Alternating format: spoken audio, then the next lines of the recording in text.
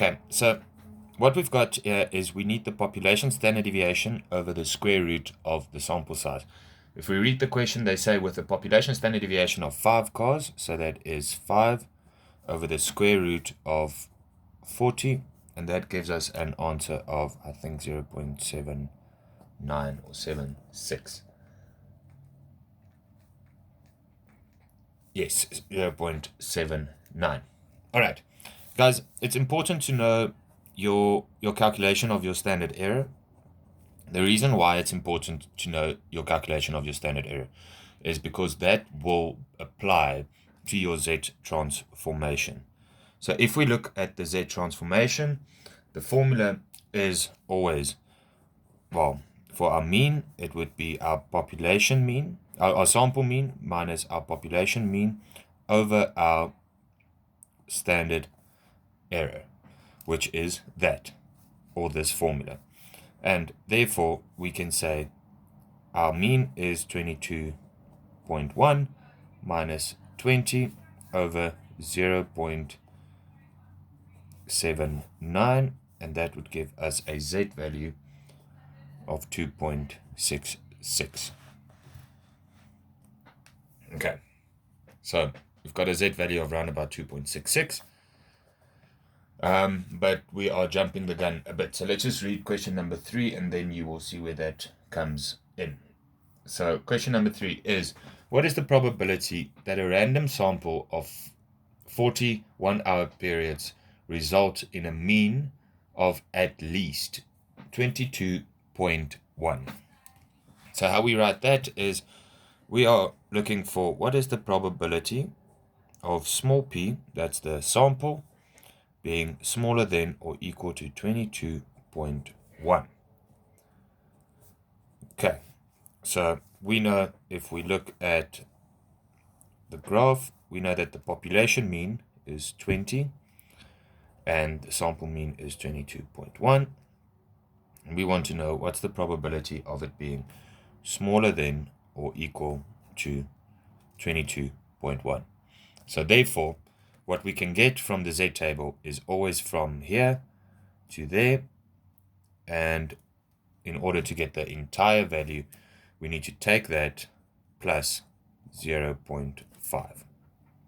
Okay, so let's first look at that. So we've got a Z value of 2.66. Now we need to convert the Z value into a actual probability value. So always convert your Z value to a probability value. We've got 2.66. So we will go down to 2.6 and then to number 6. So that is 0.4961.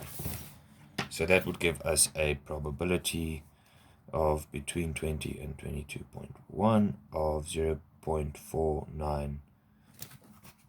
Just check. 4961. Okay. So that's quite a high probability. So we know now that this probability is 0.4961, and we have to plus that to 0.5. So this will be 0.5 plus 0.4961, and that would give us 0.9961, or otherwise stated 99.6% probability that it is less than 22.1. And if we check the answer in the textbook, we will hopefully get a similar one. Apologies, they didn't ask for at least, they asked for bigger than. However, we did the smaller than or equal to. So we misread that one. But the same will apply. If it was smaller than, you would have calculated that part, and you would have said 0.5 minus that.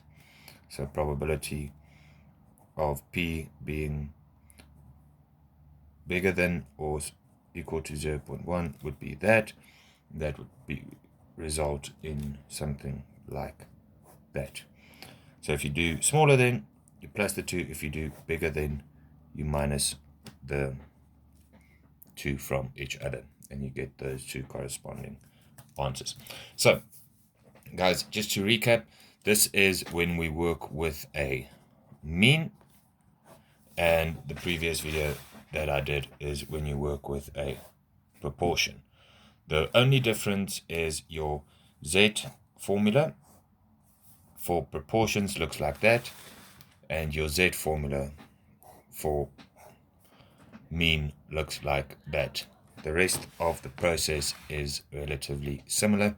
You have to understand how your Z table works, how to interpret it, and when to plus or minus your 0.5.